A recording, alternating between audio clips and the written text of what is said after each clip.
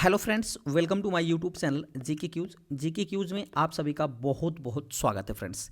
एक बार फिर मैं आपके सामने उपस्थित हूँ उत्तर प्रदेश स्पेशल के टॉप 100 जीके के क्वेश्चन को लेकर के। फ्रेंड्स याद रखिएगा, इसके पहले मैंने यूपी स्पेशल का पार्ट 1 कराया था।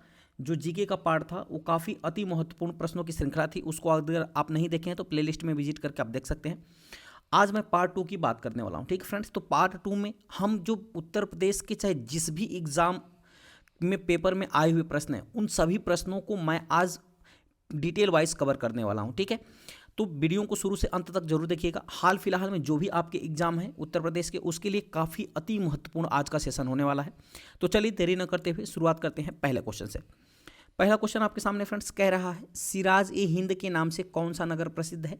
तो फ्रेंड्स सिराज ए हिंद के नाम से याद रखिएगा, ये जौनपुर जो शहर है ना, ये सिराज ए हिंद के नाम से प्रसिद्ध है। ठीक है, बात आती है जौनपुर की, तो याद रखिएगा फ्रेंड्स, जौनपुर को पूर्व का सिराज भी कहा जाता है। ठीक है ना, पूर्व का सिराज भी कहा जाता है जौनपुर को। इसके अलावा फ्रेंड्स सिराज ए हिंद भी कहा जाता है। अच्छा, बात आती है जौनपुर की, तो जौनपुर को किसने बसाया था फ्रेंड्स। तो जौनपुर को फिरोज शाह तुगलक ने, याद रखिएगा, फिरोज शाह तुगलक ने जौनपुर को बसाया था। तो ये भी आपको याद रखना है, यानी जौनपुर की स्थापना किया था फिरोज शाह तुगलक ने। चलिए आगे बढ़ते हैं अगले क्वेश्चन की तरफ। अगला क्वेश्चन है, हिंदू ईरानी वास्तुकला का सर्वप्रथम समन्वय हमें उत्तर प्रदेश के किस इमारत में देखने को मिलता है। तो याद रखिएगा, हिंदू और ईरानी वास्तुकला का जो समन्वय है ना, यह उत्तर प्रदेश के ताजमहल में मिलता है। यानी इस क्वेश्चन का जो विकल्प है, विकल्प नंबर बी बिल्कुल सही हो जाएगा।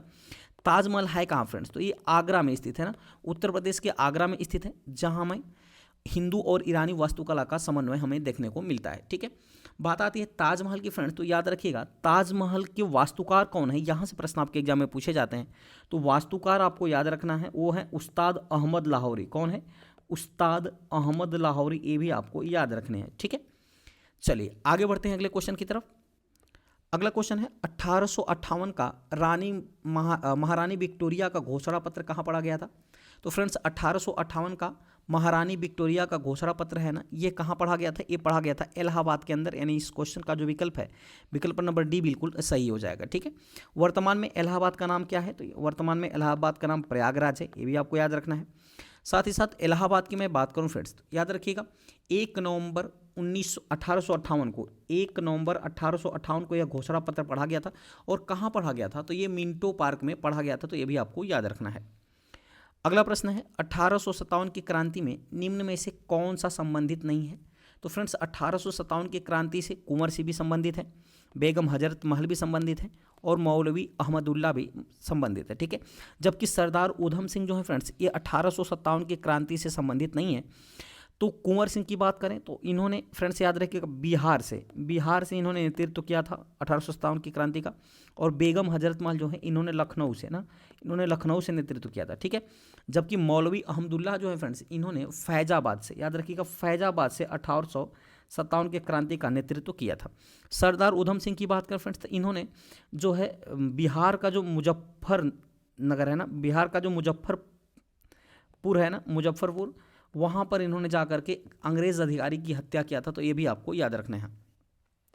अगला प्रश्न है, कौन सा राज्य भारत का शक्कर का प्याला कहा जाता है। तो याद रखिएगा फ्रेंड्स, भारत के शक्कर का प्याला कहा जाता है कौन सा राज्य, तो ये कहा जाता है उत्तर प्रदेश। यानी इस क्वेश्चन का विकल्प नंबर डी बिल्कुल सही हो जाएगा। शक्कर का प्याला कहा जाता है उत्तर प्रदेश। क्यों, क्योंकि फ्रेंड्स उत्तर प्रदेश में ना गन्ना सर्वाधिक मात्रा में उगाया जाता है। यानी गन्ना के मामले में उत्तर प्रदेश पहले स्थान पर है। ठीक है, इसके अलावा आलू उत्पादन में भी पहले स्थान पर है उत्तर प्रदेश। अगला प्रश्न है, जौनपुर नगर किसकी याद में स्थापित किया गया था। तो फ्रेंड्स जौनपुर जो नगर है ना, इसको किसने स्थापना इसकी किसने किया था, तो फिरोज शाह तुगलक ने किया था। और किसके याद में, तो मोहम्मद बिन तुगलक के याद में इन्होंने किया था। यानी इस क्वेश्चन का विकल्प नंबर जो है वो सी बिल्कुल सही हो जाएगा। ये भी आपको याद रखने हैं। आगे बढ़ते हैं अगले क्वेश्चन की तरफ। अगला क्वेश्चन है, उत्तर प्रदेश के दक्षिण में स्थित पठारी भूभाग को किस नाम से जाना जाता है। तो फ्रेंड्स उत्तर प्रदेश का जो दक्षिण में स्थित पठारी भूभाग है ना, इसको जाना जाता है, याद रखिएगा, बुंदेलखंड के पठार के नाम से। यानी इस क्वेश्चन का जो विकल्प है, विकल्प नंबर डी बिल्कुल सही हो जाएगा। बुंदेलखंड के पठार के नाम से जाना जाता है। चलिए अगले क्वेश्चन की तरफ बढ़ते हैं। अगला क्वेश्चन है, प्रदेश के किस जिले में सर्वाधिक वर्षा होती है। तो याद रखिएगा फ्रेंड्स, जो सर्वाधिक वर्षा होती है वो गोरखपुर जिले में होती है ना। कितनी होती है? तो 184.7 सेंटीमीटर लगभग वर्षा होती है गोरखपुर के अंदर। और सबसे कम अगर आपसे पूछ लिया जाए फ्रेंड कि सबसे कम वर्षा कहाँ होती है, तो ये मथुरा में होती है। 54 पॉइंट याद रखिएगा 4 सेंटीमीटर लगभग वर्षा होती है मथुरा के अंदर, ठीक है ना। और सबसे ज़्यादा कहाँ होती है? उत्तर प्रदेश में, तो गोरखपुर में। और सबसे कम होती है मथुरा के अंदर, ये भी आपको याद रखना है। आगे बढ़ते हैं अगले क्वेश्चन की तरफ। अगला क्वेश्चन है, उत्तर प्रदेश में जनसंख्या में दशकीय वृद्धि दर सर्वाधिक कब थी? तो उत्तर प्रदेश में जनसंख्या में दशकीय वृद्धि सर्वाधिक रही है, याद रखिएगा 1991 से 2001 के दौरान, यानी इस क्वेश्चन का जो विकल्प है विकल्प नंबर ए बिल्कुल सही हो जाएगा।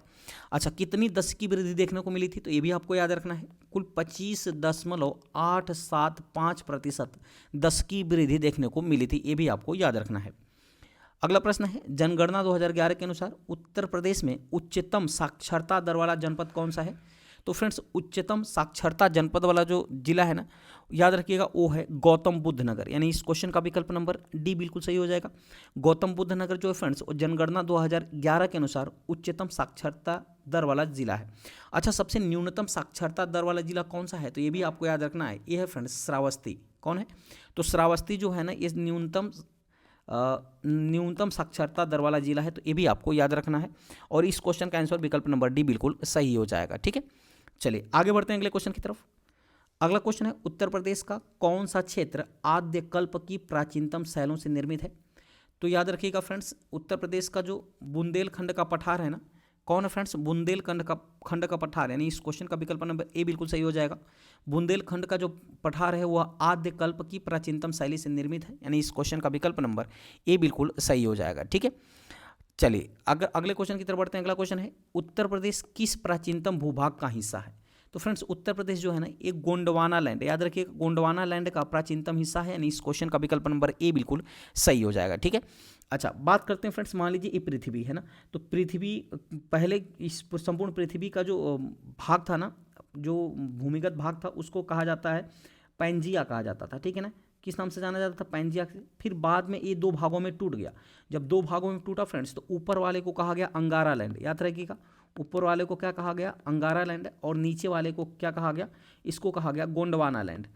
गोंडवाना लैंड, तो जो पहले भारत था ना, वो गोंडवाना लैंड का हिस्सा था ना, ठीक है। कहाँ का हिस्सा था? गोंडवाना लैंड का, यानी इस क्वेश्चन का जो विकल्प है विकल्प नंबर ए बिल्कुल सही हो जाएगा। आगे बढ़ते हैं। अगला क्वेश्चन है, उत्तर प्रदेश के भौगोलिक क्षेत्र में कौन सा सम्मिलित नहीं है?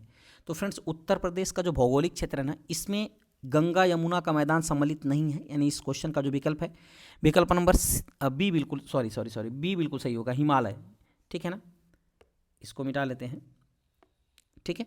हिमालय जो है फ्रेंड्स, उत्तर प्रदेश के भौगोलिक क्षेत्र का हिस्सा नहीं है, यानी इस क्वेश्चन का विकल्प नंबर बी बिल्कुल सही है। जबकि तराई का मैदान, ठीक है, गंगा यमुना का मैदान और बुंदेलखंड का पठार, ये सब के सब जो है उत्तर प्रदेश के भौगोलिक क्षेत्र के हिस्सा हैं, ठीक है। चलिए आगे बढ़ते हैं अगले क्वेश्चन की तरफ। अगला क्वेश्चन है, उत्तर प्रदेश में भांवर की तंग पट्टी किस क्षेत्र में मिलती है? तो उत्तर प्रदेश में भांवर की तंग पट्टी जानने से पहले आपको जानना पड़ेगा फ्रेंड्स भांवर क्या होता है ना। तो चलिए जान लेते हैं भांवर के बारे में।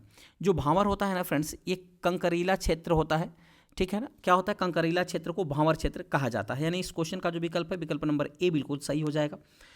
आपको पता होगा फ्रेंड्स, पहले कौन सा आता है? तो पहले आता है, ठीक है, पहले भांवर आता है, फिर उसके बाद तराई आता है, तराई के बाद बांगर और फिर खादर आता है, तो ये भी आपको याद रखना है। अगला प्रश्न है, उत्तर प्रदेश का लिंगानुपात कितना है? तो फ्रेंड्स, उत्तर प्रदेश का लिंगानुपात की बात करें तो ये है, याद रखिएगा, उत्तर प्रदेश का जो लिंगानुपात है फ्रेंड्स वो कितना है? तो वो है 912, यानी 912 लिंगानुपात है। क्वेश्चन का विकल्प नंबर सी बिल्कुल सही हो जाएगा, ठीक है। अच्छा, अगर मैं प्रश्न पूछ लूँ कि सबसे ज़्यादा यानी सर्वाधिक लिंगानुपात उत्तर प्रदेश के किस जिले में रहा है? तो ये रहा है जौनपुर में ना। जौनपुर में सर्वाधिक लिंगानुपात रहा है। और सबसे कम लिंगानुपात की अगर बात किया जाए तो ये था, याद रखिएगा, गौतम बुद्ध नगर में, ठीक है ना। गौतम बुद्ध नगर में सबसे न्यूनतम लिंगानुपात पाया गया था, जबकि जौनपुर में 2011 की जनगणना के अनुसार सर्वाधिक लिंगानुपात था, ठीक है।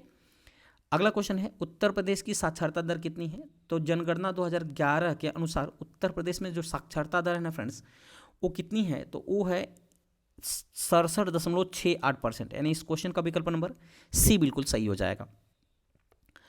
अगला प्रश्न है आपके सामने, ठीक है। उत्तर प्रदेश में सर्वाधिक वर्षा वाला क्षेत्र कौन सा है? तो फ्रेंड्स देखिए यहाँ क्षेत्र पूछा है ना, सर्वाधिक वर्षा वाला जिला नहीं पूछा है। तो उत्तर प्रदेश में सर्वाधिक वर्षा वाला जो क्षेत्र है फ्रेंड्स वो है तराई का क्षेत्र ना, यानी इस क्वेश्चन का जो विकल्प है विकल्प नंबर ए बिल्कुल सही हो जाएगा। अगले क्वेश्चन की तरफ बढ़ते हैं। अगला क्वेश्चन है, प्रदेश में पूर्व से पश्चिम की ओर बढ़ने पर वर्षा की मात्रा सामान्यतः क्या होती है?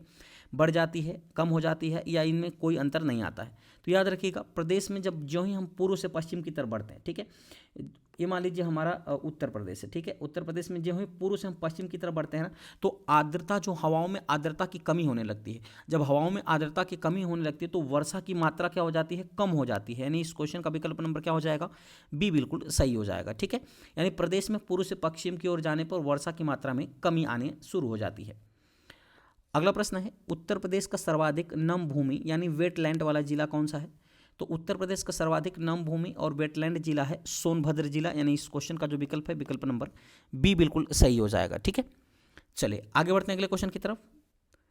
उत्तर प्रदेश विधानसभा के प्रथम अध्यक्ष कौन थे? तो याद रखिएगा फ्रेंड्स, उत्तर प्रदेश विधानसभा के जो प्रथम अध्यक्ष थे वो थे पुरुषोत्तम दास टंडन, यानी इस क्वेश्चन का जो विकल्प है विकल्प नंबर बी बिल्कुल सही हो जाएगा। पुरुषोत्तम दास टंडन जो थे फ्रेंड्स, ये उत्तर प्रदेश विधानसभा के प्रथम अध्यक्ष थे, यानी इसको कह सकते हैं कि फर्स्ट स्पीकर थे। ठीक है ना, प्रथम स्पीकर उत्तर प्रदेश विधानसभा के कौन से? तो पुरुषोत्तम दास टंडन थे। आगे बढ़ते हैं, अगला क्वेश्चन है, प्रदेश में अवनालिका अपरदन से संबंधित प्रदेश में अवनालिका अपरदन से सबसे अधिक प्रभावित जिला कौन सा है? तो याद रखिएगा, अवनालिका अपरदन से सबसे प्रभावित जिला है इटावा, यानी इस क्वेश्चन का जो विकल्प है विकल्प नंबर बी बिल्कुल सही हो जाएगा। बात आती है फ्रेंड्स अवनालिका अपरदन की। तो अवनालिका अपरदन होता क्या है? तो याद रखिएगा, नदी द्वारा बड़े बड़े खंडों का निर्माण किया जाता है, नदी द्वारा बड़े बड़े खंडों का निर्माण किया जाता है, उसी को अवनालिका अपरदन कहा जाता है। और सबसे ज़्यादा अवनालिका अपरदन करने वाली नदी कौन सी है? तो ये भी आपको याद रखना है, चंबल नदी। ठीक है ना, चंबल नदी सबसे ज़्यादा अवनालिका अपरदन करती है। और सबसे ज़्यादा प्रभावित कौन सा है? तो क्षेत्र है तो इटावा है, ये भी आपको याद रखना है। अगला प्रश्न है, प्रदेश में वायु अपरदन से सर्वाधिक प्रभावित क्षेत्र कौन सा है? तो वायु अपरदन से सबसे ज़्यादा प्रभावित क्षेत्र है, याद रखिएगा कौन सा है? तो फ्रेंड्स वो है पश्चिमी क्षेत्र, यानी इस क्वेश्चन का जो विकल्प है विकल्प नंबर डी बिल्कुल सही हो जाएगा। ठीक है, चलिए आगे बढ़ते हैं। डी, अच्छा प्रदेश में बात करें तो अच्छा पश्चिमी क्षेत्र में कौन कौन सा, अगर मैं स्थान की बात करूं तो याद रखिएगा मथुरा व आगरा जिला सबसे ज़्यादा प्रभावित होता है। ठीक है ना, कौन सा जिला? मथुरा व आगरा, ये दोनों जिला जो है ना ये वायु अपरदन से सर्वाधिक प्रभावित होता है, तो ये भी आपको याद रखने हैं। अगला क्वेश्चन है, बांगर और खादर निम्नलिखित में से किस प्रकार की मिट्टी है? तो फ्रेंड्स बांगर और खादर जो है ना यह जलोढ़ मिट्टी है, यानी इस क्वेश्चन का विकल्प नंबर डी बिल्कुल सही हो जाएगा। ये जलोढ़ मिट्टी के प्रकार हैं। बात करते हैं खादर की, तो जो खादर है फ्रेंड्स ना इसको नवीन जलोढ़ कहा जाता है ना। जो बांगर होती है इसको क्या कहा जाता है? याद रखिएगा, बांगर को जो है फ्रेंड्स कहा जाता है पुरानी जलोढ़। ठीक है, ये भी आपको याद रखना है। आगे बढ़ते हैं, लाल मिट्टियाँ निम्न में से कहाँ पाई जाती हैं? तो याद रखिएगा फ्रेंड्स, जो लाल मिट्टी है ना ये पाया जाता है मिर्ज़ापुर और झांसी में, यानी इस क्वेश्चन का जो विकल्प है विकल्प नंबर ए बिल्कुल सही हो जाएगा। अच्छा, लाल मिट्टी में किसके लिए उपयोगी होती है फ्रेंड्स? किस फसल के लिए सबसे ज़्यादा उपयोगी होती है? तो याद रखिएगा, यह मोटे अनाजों की खेती के लिए, मोटे अनाजों की खेती के लिए सर्वाधिक उपयोगी होती है लाल मिट्टी। ठीक है ना, जो कि प्रदेश में मिर्ज़ापुर और झांसी में सर्वाधिक मात्रा में पाई जाती हैं। अगला प्रश्न है, निम्नलिखित में से भूमि के ऊसर होने का कौन सा कारण है? तो फ्रेंड्स भूमि के ऊसर होने का कारण याद रखिएगा कि सबसे ज़्यादा सोडियम लवण की अधिकता के कारण जो भूमि होती है ना वो ऊसर हो जाती है। ऊसर का मतलब होता है फ्रेंड्स बंजर। ठीक है ना, जिससे जल निकासी का उचित प्रबंध नहीं हो पाता है, तो और उसके साथ साथ लवण युक्त जल से सिंचाई होती हो और उर्वरक क्षारीय उर्वरकों का लगातार प्रयोग करने से जो है फ्रेंड्स भूमि है ना वो ऊसर या बंजर हो जाती है। यानी कह सकते हैं कि जल निकासी का उचित प्रबंध न होना, लवण युक्त जल से सिंचाई करना और क्षारीय उर्वरकों का लगातार प्रयोग करने से भूमि जो होती है वो बंजर या ऊसर हो जाती है। यानी इस क्वेश्चन का विकल्प नंबर डी बिल्कुल सही हो जाएगा, ए सभी। ठीक है, अगला प्रश्न है, उत्तर प्रदेश के किस भाग में मरुस्थलीय मृदा पाई जाती है? तो फ्रेंड्स उत्तर प्रदेश के किस भाग में? तो ये जो है पश्चिमी भाग में, उत्तर प्रदेश के पश्चिमी भाग में मरुस्थलीय मृदा पाई जाती है, यानी इस क्वेश्चन का विकल्प नंबर बी बिल्कुल सही हो जाएगा। अगला प्रश्न है, निम्नलिखित में से कौन सी उत्तर प्रदेश की पेयजल परियोजना है? तो फ्रेंड्स उत्तर प्रदेश की जो पेयजल परियोजना है ये है गोकुल बैराज परियोजना ना, कौन सी है? गोकुल बैराज परियोजना जो है उत्तर प्रदेश की पेयजल परियोजना है, जो कि मथुरा में स्थित है। कहाँ है फ्रेंड्स? तो मथुरा में है, ये भी आपको याद रखना पड़ेगा, ठीक है। यानी इस क्वेश्चन का विकल्प नंबर बी बिल्कुल सही हो जाएगा। अगला क्वेश्चन है, हथनी कुंड परियोजना किस नदी पर स्थित है? तो फ्रेंड्स जो हथनी कुंड परियोजना है ये स्थित है यमुना नदी पर, यानी इस क्वेश्चन का जो विकल्प है विकल्प नंबर बी बिल्कुल सही हो जाएगा। यमुना नदी पर स्थित है हथनी कुंड परियोजना। इसे ताजे वाला परियोजना भी कहा जाता है, ठीक है ना। हथनी कुंड परियोजना की एक और नाम से जाना जाता है ताजे वाला परियोजना, ठीक है। और साथ ही साथ मैं अगर बात करूं फ्रेंड्स, ठीक है, तो ये 5 राज्यों की संयुक्त परियोजना है। जो हथनी कुंड परियोजना है ना, ये 5 राज्यों की संयुक्त परियोजना है, ये भी आपको याद रखना पड़ेगा। आगे बढ़ते हैं, अगला क्वेश्चन है, निम्नलिखित में से कौन सा सुमेलित नहीं है? तो याद रखना फ्रेंड्स, इसमें से कौन सा सुमेलित नहीं है? तो जो माता टीला बांध है ना, ये बेतवा नदी पर, ये भी सही है। रिहंद बांध जो है ये रिहंद नदी पर, ये भी सही है। रानी लक्ष्मीबाई बांध जो है ये भी बेतवा नदी पर है, ये भी सही है। जबकि राजघाट बांध जो है फ्रेंड्स, ये मथुरा में यमुना नदी पर नहीं है। यानी अगर आंसर की बात करें तो आंसर यही सही हो जाएगा, क्योंकि प्रश्न आपसे पूछा है कि निम्न में से कौन सा सुमेलित नहीं है, ठीक है ना। अगर मैं राजघाट बांध की बात करूं कि अगर राजघाट बांध जो है यमुना नदी पर है नहीं है तो किस पर है, ठीक है ना। तो ये भी बेतवा नदी पर है। किस पर फ्रेंड्स? ये भी बेतवा नदी पर है। और राजघाट जो बांध है फ्रेंड्स ना, यह उत्तर प्रदेश और मध्य प्रदेश की संयुक्त परियोजना है, तो ये भी आपको याद रखना है। अगला प्रश्न है, फुलहर झील भारत के किस राज्य में स्थित है? मोस्ट इंपॉर्टेंट प्रश्न है फ्रेंड्स। तो फुलहर झील जो है ना, याद रखिएगा, ये भारत के पीलीभीत में, ठीक है, यानी उत्तर प्रदेश राज्य के पीलीभीत में स्थित है। यानी इस क्वेश्चन का विकल्प नंबर डी बिल्कुल सही हो जाएगा। पीलीभीत में फुलहर झील स्थित है, ठीक है। चलिए आगे बढ़ते हैं अगले क्वेश्चन की तरफ। अगला क्वेश्चन है, खतीमा जल विद्युत केंद्र किस शहर पर स्थित है?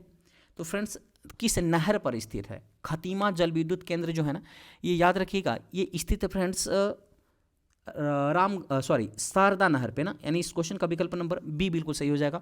खातिमा जल विद्युत केंद्र शारदा नदी पर स्थित है, ठीक है। अच्छा, ये वही शारदा नदी फ्रेंड्स ना, प्रदेश की यानी उत्तर प्रदेश की सबसे लंबी नदी है शारदा नहर, ठीक है। शारदा नहर जो है उत्तर प्रदेश की सबसे लंबी नहर है। अगर मैं इसकी लंबाई की बात करूं तो फ्रेंड्स इसकी लंबाई है 12,368 किलोमीटर, ये भी आपको याद रखना है, ठीक है। चलिए अगले क्वेश्चन की तरफ बढ़ते हैं। अगला क्वेश्चन है, निम्न में से किस नदी के तट पर गोरखपुर स्थित है? तो मोस्ट इंपॉर्टेंट प्रश्न है फ्रेंड्स आपके लिए। गोरखपुर जो है फ्रेंड्स वो राप्ती नदी के तट पर स्थित है। यानी इस क्वेश्चन का जो विकल्प है विकल्प नंबर सी बिल्कुल सही हो जाएगा। अगर मैं राप्ती नदी की बात करूं फ्रेंड्स, तो ये जो है ये मध्य हिमालय से निकलती है ना। राप्ती नदी कहाँ से निकलती है? तो मध्य हिमालय से निकलने वाली एक नदी है जिस पर गोरखपुर स्थित है, ये भी आपको याद रखना है। अगला प्रश्न है फ्रेंड्स, अगला प्रश्न है, निम्न में से कौन सा नगर गंगा के दाहिने किनारे पर स्थित नहीं है? तो फ्रेंड्स गंगा के दाहिने किनारे पर कानपुर भी स्थित है, हरिद्वार भी स्थित है और प्रयागराज भी स्थित है। जबकि वाराणसी जो है ना फ्रेंड्स, ये गंगा के दाहिने किनारे पर स्थित नहीं है। यानी इस क्वेश्चन का जो विकल्प है ना, विकल्प नंबर डी बिल्कुल सही हो जाएगा, ये भी आपको याद रखना है। अगला प्रश्न कह रहा है, उत्तर प्रदेश की निम्न नदियों में से किसका उद्गम हिमालय से नहीं हुआ है? तो फ्रेंड्स जो उत्तर प्रदेश की जो गोमती नदी है ना, ठीक है, इसका जो उद्गम है यह मैदानी भागों से होता है। याद रखिएगा, इसका उद्गम जो है इन मैदानी भागों से होता है, ये हिमालय से उद्गम नहीं है। यानी इस क्वेश्चन का जो विकल्प है विकल्प नंबर बी बिल्कुल सही हो जाएगा, ठीक है। ये भी आपको याद रखना है। चलिए आगे बढ़ते हैं अगले क्वेश्चन की तरफ। अगला क्वेश्चन है, निम्न में से कौन सी नदी यमुना की सहायक नदी नहीं है? तो फ्रेंड्स यमुना की जो सहायक नदी इनमें से कौन सी नहीं है, ये आपको बताना है। तो याद रखिएगा, यमुना की सहायक नदी नहीं है कल्याणी नदी। यानी इस क्वेश्चन का जो विकल्प है विकल्प नंबर ए बिल्कुल सही हो जाएगा।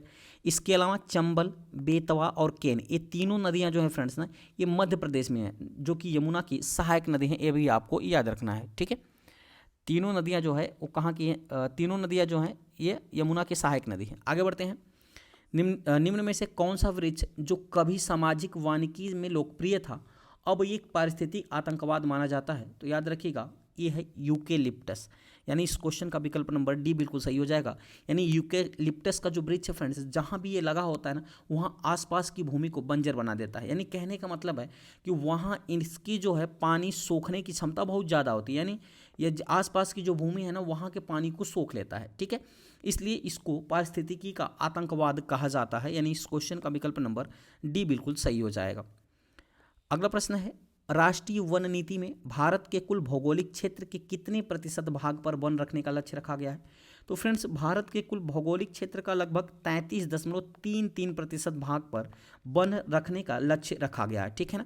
अगर मैं ऑप्शन से बात करूं तो ऑप्शन नंबर बी बिल्कुल सही हो जाएगा। 1/3 भाग या कह सकते हैं 33.33 भाग पर जो है प्रतिशत भाग पर वन रखने का लक्ष्य रखा गया है। बात आई है वन की, तो फ्रेंड्स याद रखिएगा जो वन है ना, इसको समवर्ती सूची का ये विषय है, ठीक है ना। वन किस सूची का विषय है? तो समवर्ती सूची का विषय है, ये भी आपको याद रखना होगा, ठीक है। चलिए आगे बढ़ते हैं फ्रेंड्स अगले क्वेश्चन की तरफ। उत्तर प्रदेश में कुल भौगोलिक क्षेत्र का लगभग कितने प्रतिशत भाग पर वनों एवं वृक्षों से घिरा हुआ है? तो कितने परसेंट भाग पे वनों और वृक्षों से घिरा है, ये आपको बताना है, ठीक है। तो ये फ्रेंड्स याद रखिएगा लगभग 6.15% जो भाग है ना उत्तर प्रदेश का, उस पर वन और वृक्ष पाए जाते हैं, ठीक है। लेकिन अकॉर्डिंग टू ऑप्शन हम कितना लगाएंगे? 7%, यानी इस क्वेश्चन का विकल्प नंबर डी बिल्कुल सही हो जाएगा। अगला प्रश्न है, प्रदेश में क्षेत्रफल की दृष्टि से सर्वाधिक वन क्षेत्र वाला जिला कौन सा है? तो प्रदेश में क्षेत्रफल की दृष्टि से सर्वाधिक वन क्षेत्र वाला जो जिला है फ्रेंड्स, वो सोनभद्र है। कौन है? सोनभद्र, यानी इस क्वेश्चन का जो विकल्प है विकल्प नंबर डी बिल्कुल सही हो जाएगा। और सबसे कम, अगर मैं बात करूं कि सबसे कम वन क्षेत्र वाला जिला कौन सा है, तो ये याद रखिएगा संत रविदास नगर है। कौन सा है? संत रविदास जो नगर है फ्रेंड्स, ये सबसे कम वन आच्छादित जिला है, जबकि सोनभद्र में सबसे ज़्यादा वन पाए जाते हैं। अगला प्रश्न है, चिपको आंदोलन मूल रूप से किसके विरुद्ध था? तो फ्रेंड्स चिपको आंदोलन जो है ना, ये वनों की कटाई के विरुद्ध था, यानी इस क्वेश्चन का विकल्प नंबर बी बिल्कुल सही हो जाएगा। जब फ्रेंड्स चिपको आंदोलन चलाया गया था ना, उस समय वन को पकड़ के, यानी पेड़ पौधों को पकड़ करके महिलाएं लिपट गई थी, ठीक है ना, उस समय, इसीलिए उसको चिपको आंदोलन नाम दिया गया, यानी इस क्वेश्चन का विकल्प नंबर बी बिल्कुल सही हो जाएगा। चलिए अगर मैं बात करूँ फिर चिपको आंदोलन की शुरुआत कब हुई थी, तो 1973 में इसकी शुरुआत हुई थी, ये भी आपको याद रखना है।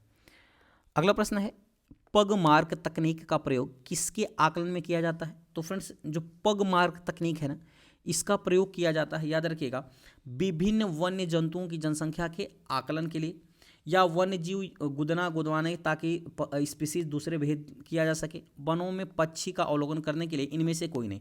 तो इसका जो विकल्प सही होगा फ्रेंड्स ना, वो विकल्प नंबर ए बिल्कुल सही हो जाएगा, ठीक है ना। यानी विभिन्न वन्य जीव जंतुओं की जनसंख्या के आकलन के लिए पगमार्क तकनीक का प्रयोग किया जाता है, ये भी आपको याद रखना है। अगला क्वेश्चन है, दुधवा राष्ट्रीय उद्यान किस जनपद में स्थित है? तो फ्रेंड्स जो दुधवा राष्ट्रीय उद्यान है ना, ये लखीमपुर खीरी में स्थित है, यानी इस क्वेश्चन का जो विकल्प है विकल्प नंबर सी बिल्कुल सही हो जाएगा। लखीमपुर खीरी में स्थित है दुधवा राष्ट्रीय उद्यान, ठीक है। ये उत्तर प्रदेश का एकमात्र नेशनल पार्क है दुधवा राष्ट्रीय उद्यान, ठीक है ना। अगर मैं बात करूँ कि इसकी स्थापना कब हुई थी, तो 1968 में इसकी स्थापना होती है, ये भी आपको याद रखना है। अगला प्रश्न है, प्रदेश में सर्वप्रथम किस पक्षी विहार की स्थापना की गई थी?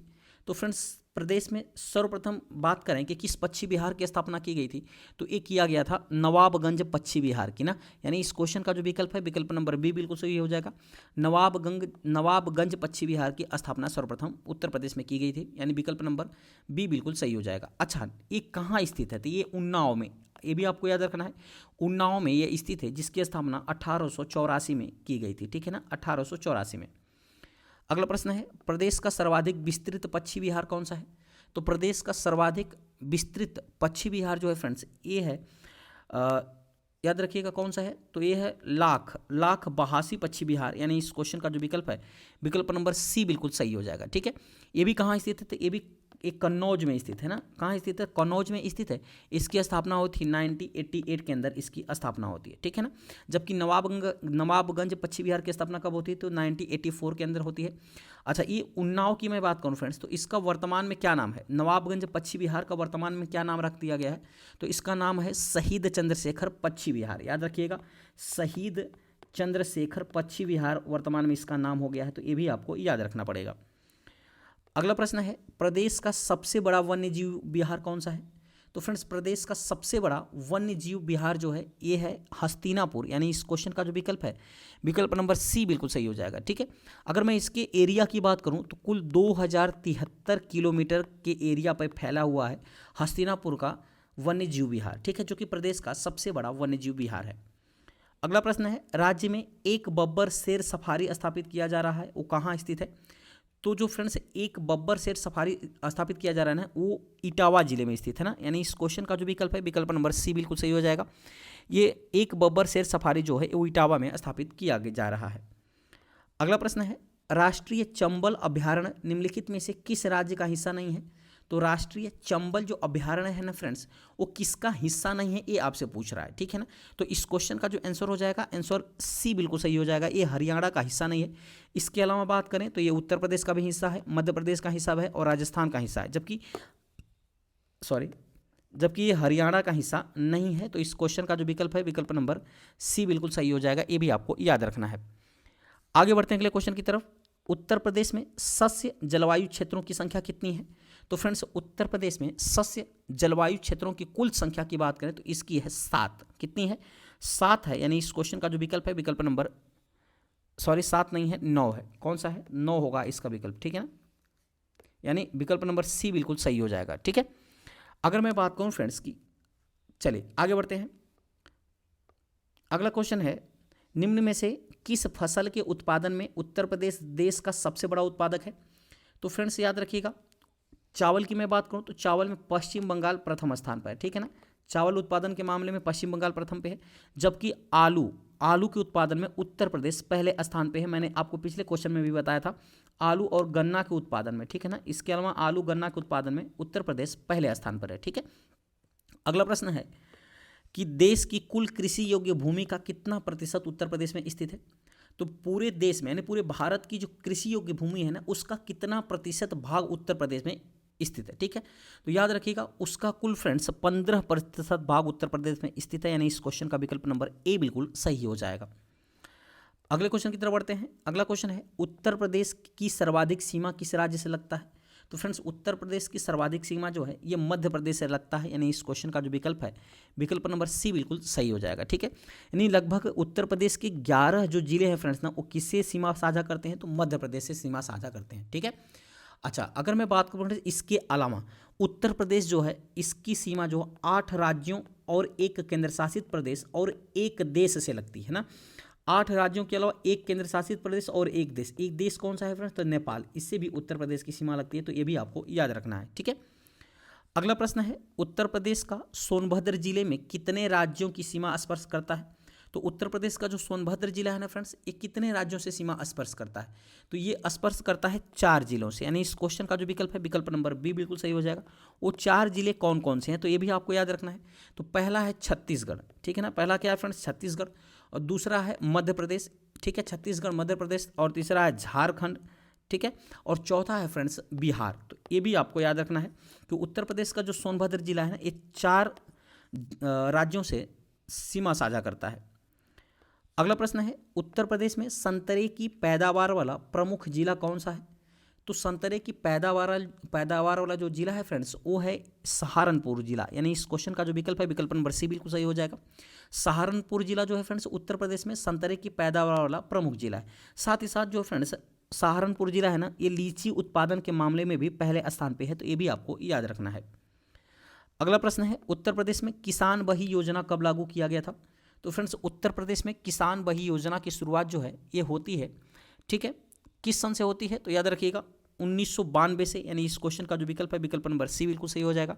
अच्छा, इस किसान बही जो योजना है ना, इसका उद्देश्य क्या था फ्रेंड्स? तो इसका उद्देश्य था किसानों की जोतों की जानकारी प्रदान करना, ठीक है ना। किसान बही योजना का उद्देश्य था किसानों को उनकी जोतों की जानकारी प्रदान करना, जिसको कब लागू किया गया था? तो 1992 के अंदर इसको लागू किया गया था। अगला प्रश्न है, उत्तर प्रदेश में केसर का उत्पादन कहाँ होता है? तो फ्रेंड्स उत्तर प्रदेश में केसर का उत्पादन अलीगढ़ में, यानी इस क्वेश्चन का जो विकल्प है विकल्प नंबर ए बिल्कुल सही हो जाएगा। केसर के उत्पादन के मामले में उत्तर प्रदेश में अलीगढ़ शीर्ष स्थान पे है। अगर मैं वही भारत में बात करूँ कि पूरे भारत में जो है वो जम्मू कश्मीर शीर्ष स्थान पे है, तो ये भी आपको याद रखना है। इस क्वेश्चन का जो विकल्प है विकल्प नंबर ए बिल्कुल सही हो जाएगा, ए नहीं होगा, ठीक है, डी, इसका आंसर डी होगा ना। केसर के मामले में नोएडा, डी बिल्कुल सही हो जाएगा, ठीक है। अगला प्रश्न है, उत्तर प्रदेश में कोयले के भंडार कहाँ पाए जाते हैं? तो फ्रेंड्स उत्तर प्रदेश में जो है कोयले का भंडार सर्वाधिक पाया जाता है सिंगरौली क्षेत्र में, यानी इस क्वेश्चन का जो विकल्प है विकल्प नंबर बी बिल्कुल सही हो जाएगा। सिंगरौली क्षेत्र में कोयले का सबसे ज़्यादा भंडार पाया जाता है। ठीक है, अच्छा एक कोयला कहाँ से निकाला जाता है, तो ये भी आपको याद रखना है। तो एक गोंडवाना क्रम की जो चट्टानें हैं फ्रेंड्स ना, वहीं से कोयला सर्वाधिक मात्रा में निकाला जाता है भारत के अंदर। ठीक है, अगला प्रश्न है निम्न में से कौन सा एक खनिज उत्तर प्रदेश में नहीं पाया जाता है। तो फ्रेंड्स याद रखिएगा जो अभ्रक है ना, ये उत्तर प्रदेश में नहीं पाया जाता है, यानी इस क्वेश्चन का जो विकल्प है विकल्प नंबर बी बिल्कुल सही हो जाएगा। अभ्रक जो है ये उत्तर प्रदेश में नहीं पाया जाता है। ठीक है, अच्छा अभ्रक की बात करूं तो ये क्या है फ्रेंड्स, एक अधात्विक खनिज है, ये भी आपको याद रखना है। अभ्रक जो है ये अधात्विक खनिज है जो कि उत्तर प्रदेश में नहीं पाया जाता है। इसके अलावा चूना पत्थर, बॉक्साइट और जिप्सम, ये भी कहाँ, ये सब कहाँ पाए जाते हैं, तो उत्तर प्रदेश के अंदर पाए जाते हैं। ठीक है, चलिए आगे बढ़ते हैं अगले क्वेश्चन की तरफ। रेणुकूट जाना जाता है, यानी रेणुकूट किसके लिए प्रसिद्ध है, तो याद रखिएगा फ्रेंड्स जो रेणुकूट है ना, यह एल्युमिनियम उद्योग हेतु जाना जाता है, यानी इस क्वेश्चन का जो विकल्प है विकल्प नंबर सी बिल्कुल सही हो जाएगा। अगर मैं एल्युमिनियम की बात करूं फ्रेंड्स, तो इसका जो अयस्क है ना, ये बॉक्साइट, याद रखिएगा एल्युमिनियम का अयस्क है बॉक्साइट। अच्छा अयस्क किसे कहा जाता है, तो फ्रेंड्स जब खानों से जब एल्युमिनियम को निकाला जाता है ना, तो वो उसका जो अशुद्ध रूप होता है उसी को बॉक्साइट कहा जाता है, ये भी आपको याद रखना है। अगला क्वेश्चन है डोलोमाइट के भंडार उत्तर प्रदेश के किस जिले में पाया जाता है, तो फ्रेंड्स जो डोलोमाइट का भंडार है ना, यह उत्तर प्रदेश के, याद रखिएगा सोनभद्र जिले में पाया जाता है, यानी इस क्वेश्चन का जो विकल्प है विकल्प नंबर ए बिल्कुल सही हो जाएगा। ठीक है, चलिए आगे बढ़ते हैं फ्रेंड्स। उसके अलावा मैग्नीशियम जो डोलोमाइट है फ्रेंड्स ना, ये मैग्नीशियम का अयस्क माना जाता है, ये भी आपको याद रखना है, मैग्नीशियम का अयस्क माना जाता है। उत्तर प्रदेश में यूरेनियम कहाँ उपलब्ध है, तो फ्रेंड्स उत्तर प्रदेश में यूरेनियम ललितपुर में मिलता है, यानी इस क्वेश्चन का जो विकल्प है विकल्प नंबर ए बिल्कुल सही हो जाएगा, ये भी आपको याद रखना है। अगला प्रश्न है उत्तर प्रदेश में पाए जाने वाला प्रमुख खनिज कौन सा है, तो फ्रेंड्स उत्तर प्रदेश में पाए जाने वाला जो प्रमुख खनिज है ना, वो रॉक, फास्फेट और डोलोमाइट है, यानी इस क्वेश्चन का विकल्प नंबर सी बिल्कुल सही हो जाएगा। रॉक, फास्फेट और डोलोमाइट जो है उत्तर प्रदेश में पाए जाने वाला प्रमुख खनिज है। अगला प्रश्न है उत्तर प्रदेश में परमाणु ऊर्जा केंद्र कहाँ स्थापित किया गया है, तो फ्रेंड्स उत्तर प्रदेश में परमाणु ऊर्जा केंद्र जो है ये नरौरा में, उत्तर प्रदेश के नरौरा में स्थापित किया गया है परमाणु ऊर्जा केंद्र, यानी इस क्वेश्चन का विकल्प नंबर बी बिल्कुल सही हो जाएगा। ठीक है, चलिए आगे बढ़ते हैं अगले क्वेश्चन की तरफ। अगला क्वेश्चन है निम्नलिखित में से कौन सा युग्म सुमेलित है, आपसे पूछ रहा है कि कौन सा जो है युग्म ये सुमेलित है, ये पूछ रहा है। सिंगरौली की बात करें फ्रेंड्स तो ये जल शक्ति स्टेशन से संबंधित नहीं है, यानी ये पहला गलत ऑप्शन। दूसरा इलाहाबाद, ये एल्युमिनियम परिष्करण से संबंधित नहीं, ये भी गलत है।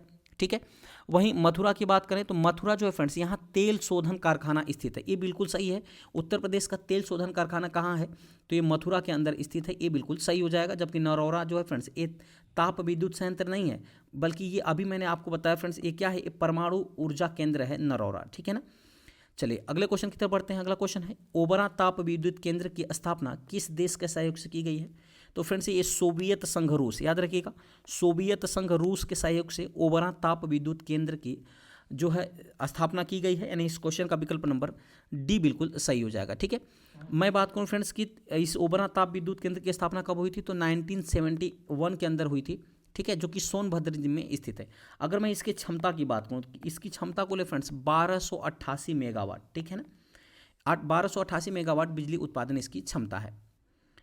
अगला प्रश्न है रामपुरा भारत का पहला गांव है जो कि अपना सौर ऊर्जा प्लांट लगाने वाला बना है, वो कहाँ स्थित है, तो रामपुरा जो है फ्रेंड्स ना ये स्थित है उत्तर प्रदेश के अंदर, यानी इस क्वेश्चन का जो विकल्प है विकल्प नंबर ए बिल्कुल सही हो जाएगा। ठीक है, अगला क्वेश्चन है रिलायंस समूह द्वारा 1200 मेगावाट के ताप विद्युत स्टेशन की स्थापना कहाँ किया गया है, तो रिलायंस समूह के द्वारा 1200 मेगावाट ताप के विद्युत स्टेशन की जो स्थापना किया गया फ्रेंड्स ये किया गया है रोजा में ना, इसका विकल्प नंबर सी बिल्कुल सही हो जाएगा। रोजा में रिलायंस समूह के द्वारा 1200 मेगावाट ताप विद्युत स्टेशन की स्थापना किया गया है। ठीक है, अच्छा रोजा की बात करें फ्रेंड्स ये कहाँ है ना, तो ये शाहजहांपुर में, याद रखिएगा शाहजहांपुर में है, जिसकी क्षमता कितनी है 1200 मेगावाट, ये भी आपको याद रखना है।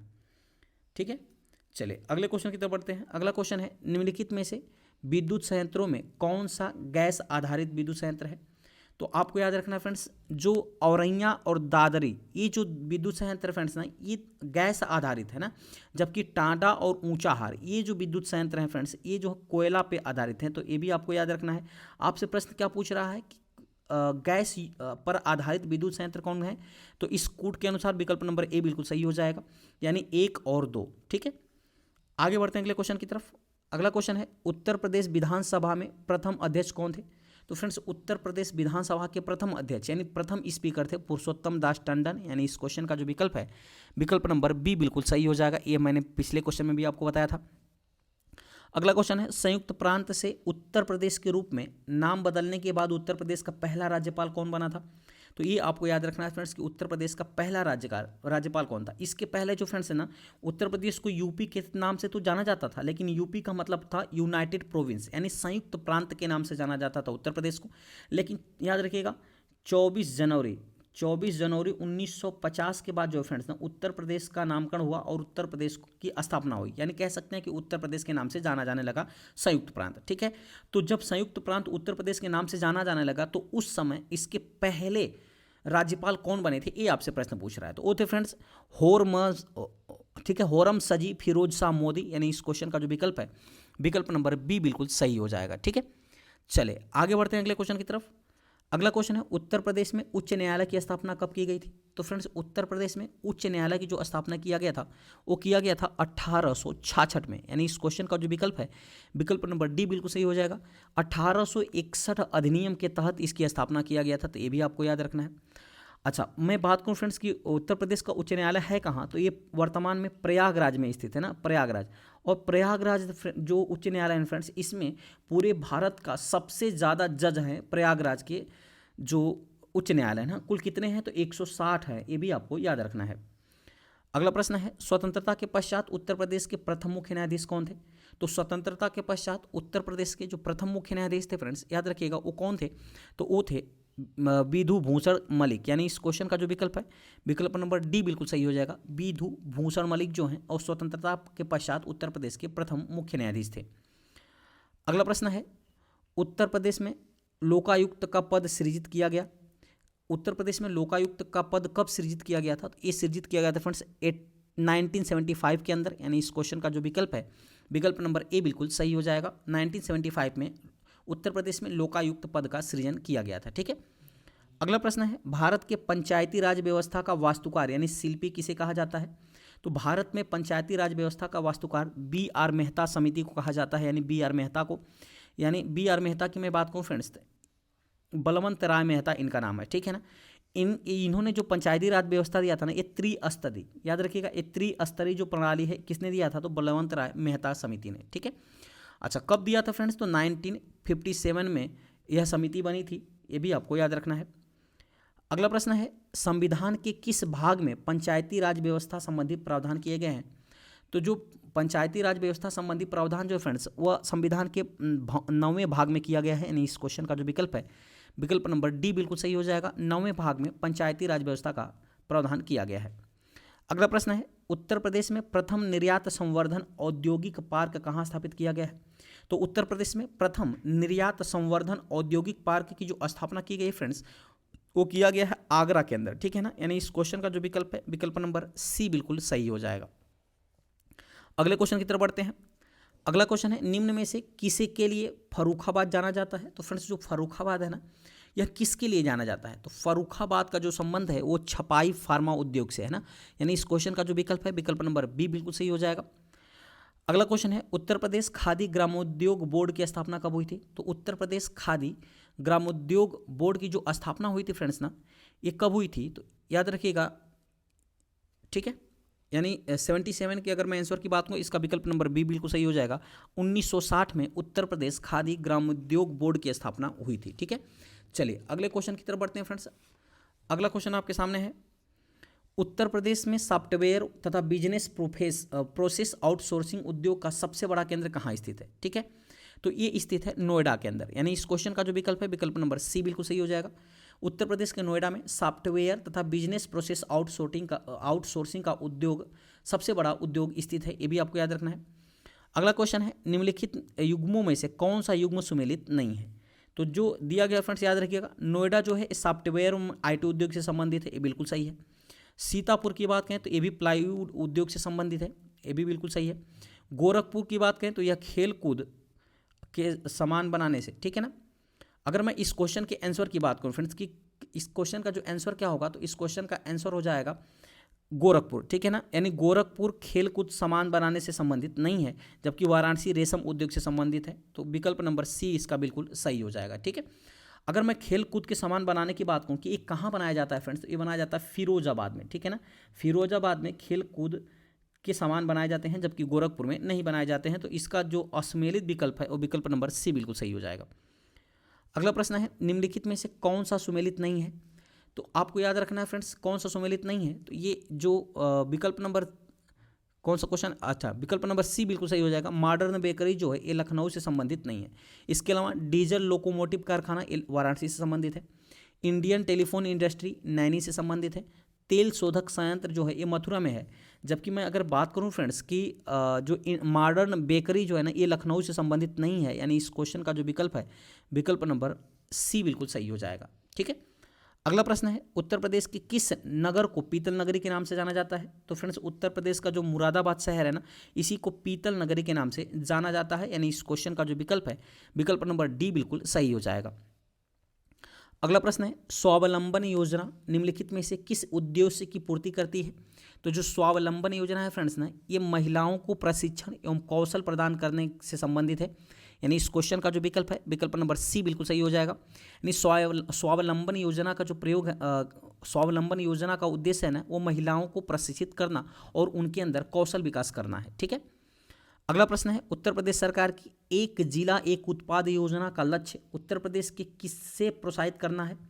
तो उत्तर प्रदेश याद रखिएगा स्वदेशी और विशेष उत्पाद को प्रोत्साहित करना है, एक जिला एक उत्पाद योजना का संबंध, ठीक है ना। पहली बात, ये उत्तर प्रदेश सरकार के द्वारा एक जिला एक उत्पाद योजना को शुरू किया गया है, तो ये भी आपको याद रखना है। ऑप्शन की बात करें तो ऑप्शन नंबर सी बिल्कुल इसका सही हो जाएगा।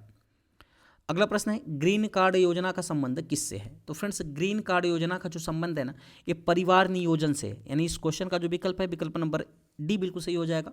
ग्रीन कार्ड योजना का संबंध परिवार नियोजन से है। अगला प्रश्न है, टोपरा तथा मेरठ के अशोक स्तंभ लेखों को दिल्ली किस शासक ने लाया गया था, ठीक है। टोपरा जो कि सहारनपुर में है तथा मेरठ का जो अशोक स्तंभ है फ्रेंड्स, इनके लेखों को दिल्ली किस शासक ने लाया था। तो फ्रेंड्स याद रखिएगा इसको लाया था फिरोज शाह तुगलक ने, यानी इस क्वेश्चन का जो विकल्प है विकल्प नंबर सी बिल्कुल सही हो जाएगा। फिरोज शाह तुगलक ने टोपरा सहारनपुर तथा मेरठ के अशोक स्तंभ लेखों को दिल्ली लाया था। अगला प्रश्न है, गुप्तकालीन पक्की ईंटों से बना भीतर गांव मंदिर कहाँ स्थित है। तो फ्रेंड्स गुप्तकालीन पक्की ईंटों से बना भीतर गांव जो मंदिर है ना ये कहाँ स्थित है। तो फ्रेंड्स ये स्थित है कानपुर के अंदर, यानी इस क्वेश्चन का जो विकल्प है विकल्प नंबर डी बिल्कुल सही हो जाएगा, ठीक है। अगला क्वेश्चन है, हर्षवर्धन ने 2 महान धार्मिक सम्मेलनों का आयोजन कहाँ करवाया था। तो हर्षवर्धन के द्वारा फ्रेंड्स ना 2 महान धार्मिक सम्मेलन करवाए गए थे, तो ये कहाँ करवाए गए थे। तो याद रखिएगा ये जो है फ्रेंड्स ना ये करवाए गए थे, इसका जो आंसर हो जाएगा विकल्प नंबर सी बिल्कुल सही हो जाएगा, कन्नौज और प्रयाग में, ठीक है ना। कन्नौज और प्रयाग में हर्षवर्धन ने 2 धार्मिक सम्मेलनों का आयोजन कराया था, यानी इस क्वेश्चन का विकल्प नंबर सी बिल्कुल सही हो जाएगा। अगला प्रश्न है, क्षेत्रफल की दृष्टि से उत्तर प्रदेश का भारत में कौन सा स्थान है। तो फ्रेंड्स क्षेत्रफल की दृष्टि से ना उत्तर प्रदेश का भारत में चौथा स्थान है, ठीक है ना। यानी इस क्वेश्चन का जो विकल्प है विकल्प नंबर सी बिल्कुल सही हो जाएगा। अच्छा वहीं प्रथम स्थान की बात करें फ्रेंड्स कि प्रथम स्थान पे कौन है, तो प्रथम स्थान पे आपको याद रखना है राजस्थान।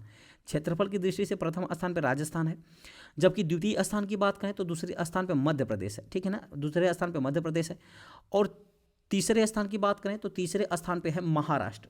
तीसरे स्थान पे महाराष्ट्र फ्रेंड, जबकि चौथे स्थान पे अपना उत्तर प्रदेश है, ये भी आपको याद रखना है।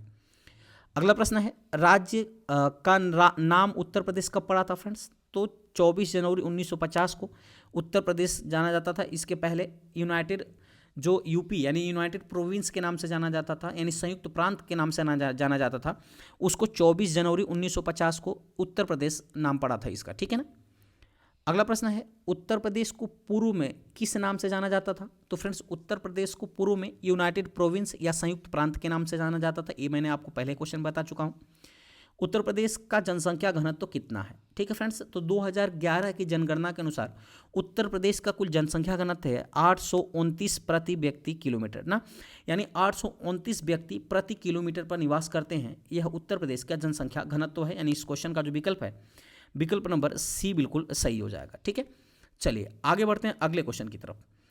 अगला क्वेश्चन है फ्रेंड्स, भारतीय राष्ट्रीय कांग्रेस के 1905 के बनारस अधिवेशन की अध्यक्षता किसने किया था?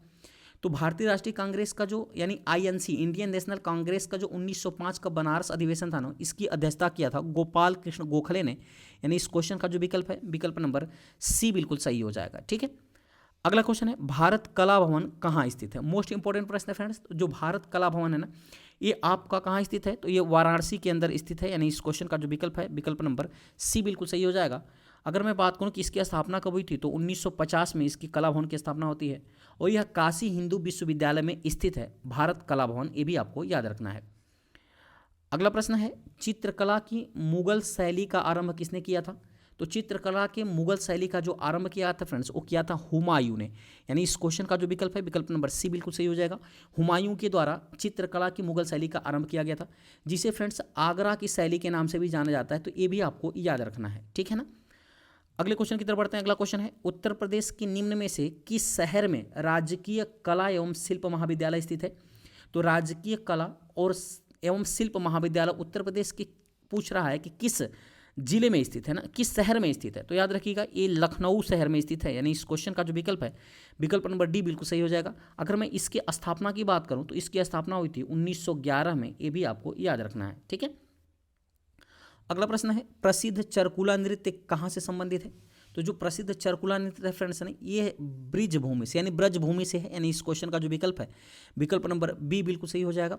कहाँ से संबंधित है चरकुला नृत्य? तो ब्रज भूमि से संबंधित है। ठीक है, ठुमरी गायिका गिरिजा देवी कहाँ से संबंधित है?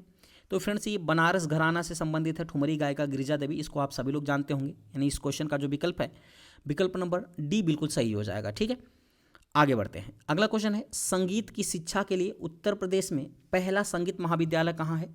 तो संगीत की शिक्षा के लिए उत्तर प्रदेश में जो पहला संगीत महाविद्यालय खोला गया, वो कहाँ खोला गया था? उसका नाम क्या है? उसका नाम है भारत खंडे हिंदुस्तानी संगीत महाविद्यालय ना, जो कि संगीत शिक्षा के लिए उत्तर प्रदेश का पहला संगीत महाविद्यालय है। यानी इस क्वेश्चन का विकल्प नंबर सी बिल्कुल सही हो जाएगा। जो भारत खंडे थे फ्रेंड्स ना, ये एक महान संगीतकार थे। ठीक है ना, एक मशहूर संगीतकार थे भारत खंडे, जिनके नाम पर भारत खंडे हिंदुस्तानी संगीत महाविद्यालय खोला गया था। ठीक है, अगला प्रश्न है, अमीर खुसरो ने किसके विकास में अग्रगामी भूमिका निभाई थी? तो अमीर खुसरो की बात करें तो खड़ी बोली के विकास में ना, अमीर खुसरो जो है ना फ्रेंड्स, एक खड़ी बोली के विकास में अग्रगामी भूमिका निभाई थी। यानी इस क्वेश्चन का जो विकल्प है, विकल्प नंबर बी बिल्कुल सही हो जाएगा। ठीक है, चलिए आगे बढ़ते हैं अगले क्वेश्चन की तरफ। अगला क्वेश्चन है, सूची 1 का सूची 2 से मिलान करिए। तो जो इंडियन इंस्टीट्यूट ऑफ हैंडलूम है फ्रेंड्स, ये कहाँ है? तो ये आपका वाराणसी के अंदर स्थित है, इंडियन इंस्टीट्यूट ऑफ हैंडलूम। अच्छा, भारत खंडे संगीत संस्थान कहाँ स्थित है? तो अभी मैंने इसको बताया फ्रेंड्स कि भारत खंडे जो संगीत संस्थान है, ये स्थित है आपके लखनऊ के अंदर। निराला आर्ट गैलरी कहाँ है? तो फ्रेंड्स निराला जो आर्ट गैलरी है, ये आपका इलाहाबाद में है। ठीक है ना, जबकि Rajiv Gandhi institute of technology कहाँ है? तो ये बरेली के अंदर स्थित है। तो इसके अनुसार इस क्वेश्चन का विकल्प नंबर बी बिल्कुल सही हो जाएगा। 4 3 2 1। ठीक है ना, यानी Indian institute of handloom technology जो है ये वाराणसी में है। भारत खंडे संगीत संस्थान जो है ये लखनऊ के अंदर है।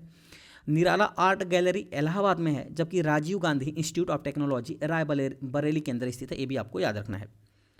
अगला प्रश्न है, मोहम्मदन एंग्लो ओरिएंटल कॉलेज जो कि बाद में अलीगढ़ मुस्लिम विश्वविद्यालय के रूप में प्रसिद्ध हुआ, इसकी स्थापना किसने की थी? तो याद रखिएगा फ्रेंड्स कि जो अलीगढ़ मुस्लिम विद्यालय, जिसे पहले मोहम्मदन एंग्लो ओरिएंटल कॉलेज के नाम से जाना जाता था, ठीक है ना, इसकी स्थापना किसने किया था? तो इसकी स्थापना किया था फ्रेंड्स सर सैयद अहमद खान ने। यानी इस क्वेश्चन का जो विकल्प है, विकल्प नंबर सी बिल्कुल सही हो जाएगा। ठीक है, तो ये था फ्रेंड्स 101 टॉप प्रश्न जो कि जीके से थे, और सभी प्रश्न किसी न किसी एग्जाम में, उत्तर प्रदेश के एग्जाम में पूछे गए प्रश्न हैं फ्रेंड्स। ठीक है ना, यदि वीडियो की क्वालिटी कंटेंट अच्छा लगेगा तो अंत में चैनल को सब्सक्राइब करते हुए बेल आइकन दबाना मत भूलिएगा, ताकि जो भी मैं वीडियो अपलोड करूंगा उसका नोटिफिकेशन आपके पास पहुंच सकेगा। तो चलिए मिलते हैं ऐसे ही मजेदार टॉपिक के साथ अगली वीडियो में। तब तक के लिए बहुत बहुत धन्यवाद। Thanks for watching. वीडियो को लाइक जरूर कर दीजिएगा फ्रेंड्स, क्योंकि आपके एक लाइक से ही हमें मोटिवेशन मिलता है।